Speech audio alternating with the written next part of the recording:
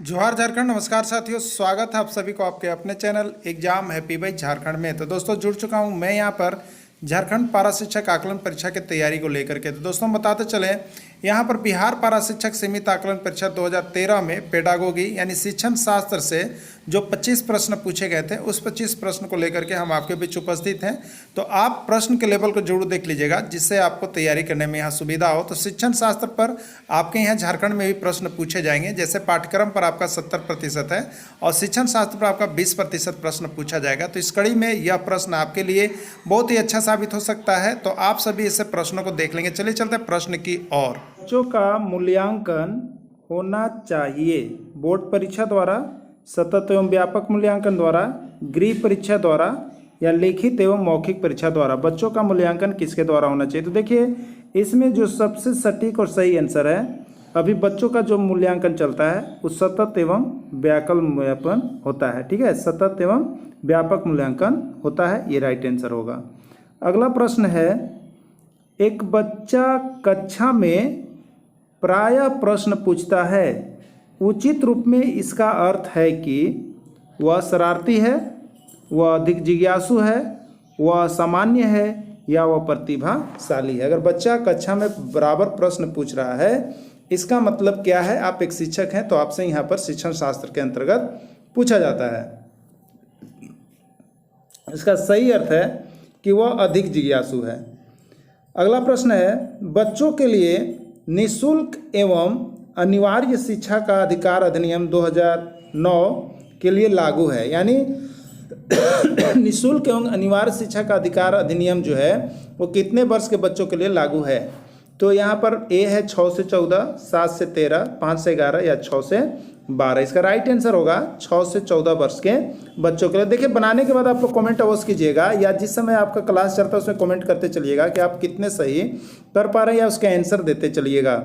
अगला है, एक बच्चा प्रायः अपने सहपाठियों के साथ झगड़ता है, आप क्या करेंगे? बच्चा जो है अपने सहपाठी के साथ झगड़ता है तो हम लोग क्या करेंगे?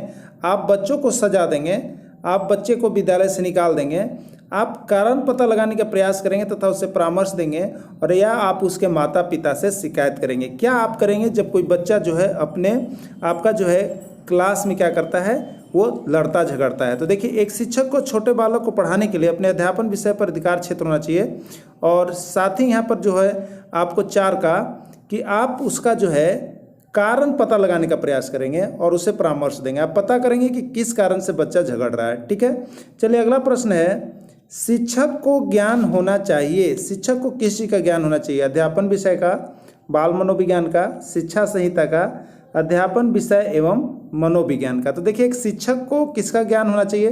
तो सबसे पहला चीज़ आजकल देख रहे हैं कि जितना भी बीएड कोर्स होता है उसमें बाल मनोविज्ञान होता है और अध्यापन विषय। तो यहाँ पर देखिए, अध्यापन विषय भी दे दिया है, इसलिए अध्यापन विषय एवं बाल मनोविज्ञान दोनों ही चलेगा। लेकिन अगर अध्यापन विषय नहीं देता, अगर बाल मनोविज्ञान केवल रहता, तो बाल मनोविज्ञान का ज्ञान शिक्षक को जरूर होना चाहिए, क्योंकि बच्चा को ही समझना शिक्षक का कर्तव्य है। इसलिए डी इसका राइट आंसर है। चलिए अगला है, शिक्षा मनोविज्ञान की दृष्टि से निम्नलिखित में से कौन सा कथन सत्य है? बच्चे अपने ज्ञान का स्वयं सृजन करते हैं, या विद्यालय में आने से पहले बच्चों को कोई पूर्व ज्ञान नहीं होता है, अधिगम प्रक्रिया में बच्चों को कष्ट होता है, या यहाँ पर बच्चे यथावत वही सीखते हैं? तो देखिए, बच्चे यहाँ पर जो होते हैं, बच्चे जो हैं अपना ज्ञान जो है स्वयं सृजित करते हैं। ठीक है, बच्चे अपना ज्ञान जो है स्वयं सृजित करते हैं, इसलिए इसका आंसर राइट जो है वो ये होगा। अगला प्रश्न है, परामर्श का उद्देश्य क्या है? परामर्श का मतलब क्या है आपको बताना है। परामर्श का उद्देश्य क्या है? चलिए देखते हैं। बच्चे को समझाना, बच्चों की कमियों का कारण पता करना, बच्चों को समायोजन में सहायता प्रदान करना, या उपर्युक्त सभी। परामर्श का उद्देश्य क्या है आप लोगों को यहाँ पर बताना है। तो चलिए देखिए, परामर्श मात्र सलाह देना या कमियों का निराकरण नहीं है, बल्कि बालक का उसके वातावरण से सुसमायोजन भी कराना है। ठीक है, यानी इसमें बच्चों को समझना भी है, बच्चों की कमियों को पता भी करना है, समायोजन में सहायता प्रदान करना है, यानी इसका राइट आंसर उपर्युक्त सभी होगा। चलिए अगला देखते हैं।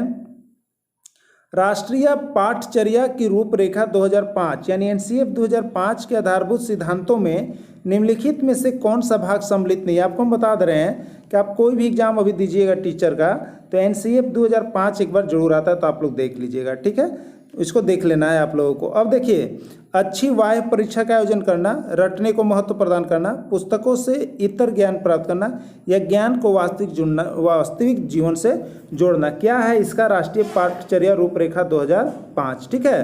तो अब देखिए यहाँ पर राष्ट्रीय पाठचर्या रूपरेखा 5 जो है, यहाँ पर कौन सा भाग सम्मिलित नहीं है, ठीक है। तो सबसे पहला चीज़ देखिए, इसमें रटने को महत्व प्रदान नहीं करता है, ठीक है, रटने को महत्व प्रदान नहीं करता है, सबसे पहला चीज़ यही सम्मिलित नहीं है, बाकी चीज़ों को यहाँ पर सम्मिलित किया गया है। अगला है डिसलेक्सिया का संबंध क्या है। देखिए डिसलेक्सिया, एलेक्सिया, ये एक प्रश्न आपको हमेशा आता है। तो डिसलेक्सिया का संबंध क्या है, मानसिक अक्षमता से, लेखन अक्षमता से, पढ़ने की अक्षमता से या शारीरिक अक्षमता से। डिसलेक्सिया क्या है, तो देखिए डिसलेक्सिया जो है यहाँ पर बालक में पढ़ने की अक्षमता संबंधी दोष होता है, ठीक है, पढ़ने संबंधी अक्षमता होता है। तो इसका मेरा राइट आंसर जो हो जाएगा वो आपका सी हो जाएगा, डिसलेक्सिया का। ओके, अगला है निम्नलिखित में से कौन सा कथन सत्य है, आपको बताना है। लड़के अधिक बुद्धिमान होते हैं, लड़कियां अधिक बुद्धिमान होती है, बुद्धि का लिंग के साथ संबंध नहीं है, सामान्यतः लड़के लड़कियों से अधिक बुद्धिमान होते हैं, क्या इसका राइट आंसर होगा। तो देखिए यहाँ पर लड़के अधिक बुद्धिमान होते हैं, इसका कोई फैक्टर नहीं है, लड़कियाँ अधिक बुद्धिमान, इसके कोई फैक्टर नहीं है। यानी यहाँ पर सही बात जो है आपको बताया गया कि बुद्धि का लिंग के साथ कोई भी संबंध नहीं है, लड़के लड़कियों में ऐसा नहीं होता है कि वो तेज होता नहीं होता, यानी इसका राइट आंसर सी हो जाएगा आपका। अगला प्रश्न है आपको, चलिए देखते हैं। शिवानी द्वारा पूछे गए एक प्रश्न का उत्तर शिक्षक तत्काल नहीं दे सकता है, शिक्षक की प्रतिक्रिया क्या होनी चाहिए। आपसे पूछा जा रहा है कि किसी बच्चे ने आपसे प्रश्न कर दिया और आप तत्काल उसका उत्तर नहीं दे सकते हैं, तो शिक्षक को क्या करना चाहिए। शिक्षक द्वारा शिवानी को चुप करा देना चाहिए, शिक्षक द्वारा शिवानी को ध्यान बांट देना चाहिए, शिक्षक को कहना चाहिए मैं नहीं जानता हूँ, शिक्षक द्वारा उस प्रश्न का सही उत्तर बाद में समझकर देना चाहिए। तो क्या इसका होना चाहिए, अगर आप शिक्षक जरूर बता सकते हैं। तो देखिए चुप, बच्चों को चुप तो कभी नहीं करवाना चाहिए, शिवानी को ध्यान नहीं बांटना चाहिए, शिक्षक को कहना चाहिए मैं नहीं जानता हूँ, ये भी बात आपको नहीं बनना चाहिए, लेकिन ये जरूर होना चाहिए इस प्रश्न का सही उत्तर बाद में समझकर देना चाहिए। यानी बदलना चाहिए कि मैं बाद में इस प्रश्न का उत्तर बता दूंगा और आपको समझ करके उस प्रश्न का जवाब देना चाहिए। अगला है बच्चे की जिज्ञासा शांत करनी चाहिए। बच्चे की जिज्ञासा शांत करनी चाहिए जब शिक्षक फुर्सत में हो, जब विद्यार्थी फुर्सत में हो, कुछ समय के पश्चात, तत्काल, जब विद्यार्थी द्वारा जिज्ञासा की गई हो। तो आप कमेंट करते चलिएगा कि कितना आपका सही हो रहा है। देखिए कितने अच्छे अच्छे प्रश्न आते हैं, आप सभी जरूर सही कर रहे होंगे। तो बच्चे की जिज्ञासा शांत करनी चाहिए कब, तो यहाँ पर राइट आंसर क्या होगा आपका, तो राइट आंसर है उसी समय जिस समय विद्यार्थी ने जिज्ञासा जाहिर किया है, नहीं तो आप उस समय नहीं करेंगे तो फिर बच्चों की जिज्ञासा समाप्त हो जाएगी। अगला है पुरस्कार एवं दंड। पुरस्कार एवं दंड है, क्या है आपको बताना है। सकारात्मक प्रेरक है, स्वाभाविक प्रेरक है, कृत्रिम प्रेरक है या अर्जित प्रेरक है, क्या है आपका पुरस्कार एवं दंड। तो देखिए यहाँ पर पुरस्कार एवं दंड जो है आपको स्वाभाविक प्रेरक है, क्या है आपका स्वाभाविक प्रेरक है, क्योंकि बालक जन्मजात रूप से इन्हीं प्रेरकों के द्वारा व्यवहारों की प्रतिपुष्टि करता है। चलिए अगला प्रश्न है बाल मनोविज्ञान के आधार पर कौन सा कथन सर्वोत्तम है। बाल मनोविज्ञान जो हम लोग पढ़ेंगे उसके आधार पर इसमें कौन सा स्टेटमेंट जो है सही है। सारे बच्चे एक जैसे होते हैं, प्रत्येक बच्चा विशिष्ट होता है, कुछ बच्चे विशिष्ट होते हैं, कुछ बच्चे एक जैसे होते हैं, क्या होता है आपको बताना है, ठीक है। तो देखिए यहाँ पर कहा जा रहा है सारे बच्चे एक जैसे होते हैं, कभी नहीं, प्रत्येक बच्चा विशिष्ट होता है, बिल्कुल सही है। हर बच्चा अपने आप में अलग होता है और कुछ अलग करके दिखाता है। कुछ बच्चे विशिष्ट होते हैं, ऐसा नहीं है, कुछ बच्चे एक जैसे होते हैं, ये भी नहीं है, यानी सही आंसर होगा कि प्रत्येक बच्चा अपने आप में विशिष्ट होता है। अगला है आप अनपढ़ माता पिता के बच्चों को अंग्रेजी सिखाना चाहते हैं। आप अनपढ़ माता पिता के बच्चों को अंग्रेजी सिखाना चाहते हैं तो आप बच्चों से अंग्रेजी में बात करेंगे, आप बच्चों को अंग्रेजी में बोलने के लिए बात करेंगे, आप बच्चों को मातृभाषा में बोलने से रोकेंगे, आप उसे मातृभाषा की सहायता से अंग्रेजी सिखाने का प्रयास करेंगे। यानी अनपढ़ माता पिता के बच्चे हैं और उन्हें अंग्रेजी सिखाना है, तो आप कैसे उसको बहुत ही अच्छी तरह से सिखा सकते हैं ये बताना है आपको। तो आप अंग्रेजी में बातचीत करेंगे तो एकदम नहीं जान पाएगा। आप बच्चों को अंग्रेजी में बोलने के लिए बात करेंगे तो भी नहीं हो पाएगा।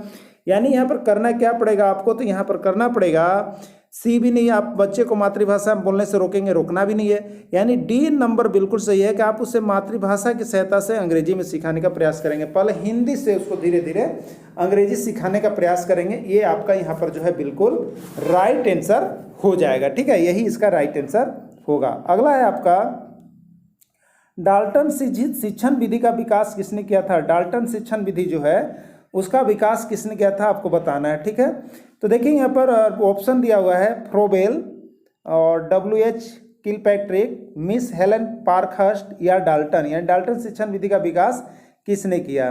तो देखिए डाल्टन शिक्षण प्रणाली का जन्मदात्री जो है मिस हेलेन पार्कहर्स्ट है। मिस हेलेन पार्कहर्स्ट है, यानी जिसका आंसर आपका सी में है, तो ये सी आंसर होगा। चलिए अगला है आधुनिक शिक्षण अधिगम प्रक्रिया में शिक्षक की भूमिका है। आधुनिक शिक्षक अधिगम प्रक्रिया में शिक्षक की भूमिका है सीखने हेतु एक अच्छे सुलभकर्ता की, बच्चों को गणित विज्ञान और भाषा सिखाने की, बच्चों को मूल्य आधारित शिक्षा देने की, बच्चों को सभी कुछ पढ़ाने की। ठीक है, तो क्या होना चाहिए इसका आंसर। देखिए आधुनिक शिक्षण अधिगम प्रक्रिया में एक शिक्षक सिखाने के लिए अच्छे सुलभकर्ता के रूप में कार्य करता है। ठीक है, तो ये आधुनिक शिक्षक की क्या भूमिका होती है, तो सीखने हेतु एक अच्छे सुलभकर्ता के रूप में काम करते हैं। ये सही आंसर ए है आपका। चलिए अगला है एक अच्छा अध्यापक विद्यार्थियों के मध्य बढ़ावा देता है। एक अच्छा अध्यापक विद्यार्थियों के मध्य बढ़ावा देता है प्रतियोगिता की भावना को, सहयोग की भावना को, प्रतिद्वंदिता की भावना को या तटस्थता की भावना को। एक अच्छा अध्यापक विद्यार्थियों के मध्य किसका बढ़ावा देता है, तो इसका क्या आंसर होगा आपको बताना है। ठीक है, तो देखिए एक अच्छा अध्यापक जो होता है क्या होता है, तो ये सहयोग की भावना को प्रबुद्ध करता है जिससे कि बालक प्रजातांत्रिक मनुष्यों का विकास करता है। यानी एक अच्छा अध्यापक सहयोग की भावना को विकसित करता है। अगला प्रश्न है शिक्षक एवं विद्यार्थी के मध्य संबंध होना चाहिए। शिक्षक एवं विद्यार्थी के मध्य कैसा संबंध होना चाहिए, स्नेह का, विश्वास का, सम्मान का या उपयुक्त सभी। क्या होना चाहिए, तो देखिए शिक्षक एवं विद्यार्थी के मध्य जो है स्नेह भी होना चाहिए, विश्वास भी होना चाहिए, सम्मान भी होना चाहिए, यानी उपयुक्त सभी इसका आंसर यहाँ पर हो जाएगा। अगला है बच्चों में नैतिकता की स्थापना के लिए सर्वोत्तम मार्ग है। क्या सर्वोत्तम मार्ग है जब नैतिकता स्थापित करना। उन्हें धार्मिक पुस्तकें पढ़ाना चाहिए, शिक्षक का आदर्श रूप में व्यवहार करना चाहिए, उनका मूल्य शिक्षा पर मूल्यांकन करना चाहिए, उन्हें प्रातःकालीन सभा में उपदेश देना चाहिए। क्या इसका आंसर होगा, तो देखिए यहाँ पर जो है बच्चों को नैतिकता के लिए यहाँ पर शिक्षक का आदर्श रूप में व्यवहार करना जो है यही जो है उनके मन में बैठता है, बच्चा के मन में। एक अध्यापक की दृष्टि से कौन सा कथन सर्वोत्तम है। प्रत्येक बच्चा सीख सकता है, कुछ बच्चे सीख सकते हैं, अधिकतर बच्चे सीख सकते हैं, बहुत कम बच्चे सीख सकते हैं। तो एक अध्यापक की दृष्टि से कौन सा कथन अच्छा माना जाएगा, तो इसमें जो सही आंसर होगा इसमें कि प्रत्येक बच्चा सीख सकता है। देखिए कोई भी बच्चा ऐसा नहीं है कि जो नहीं सीखता, प्रत्येक बच्चा सीख सकता है। शिक्षक को यही बोलना चाहिए, नहीं तो बच्चे में जो है हीनता का गुण होने लगता है।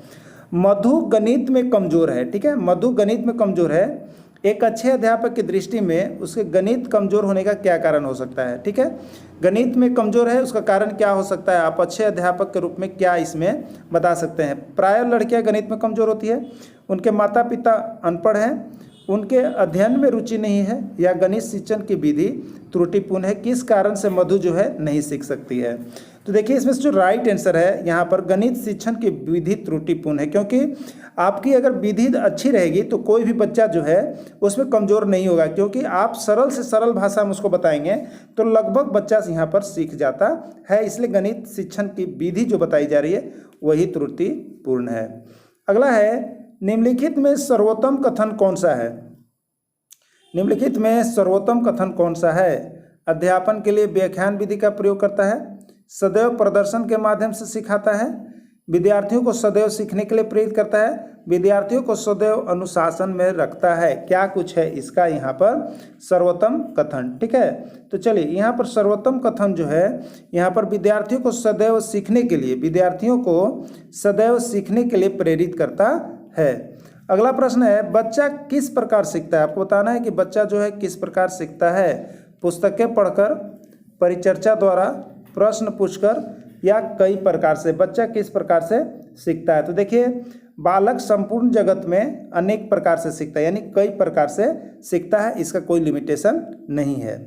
अगला है, सीखने की प्रक्रिया में विद्यार्थी द्वारा की गई त्रुटियों के संबंध में आपकी दृष्टि में निम्नलिखित में से कौन सा कथन सर्वोत्तम है?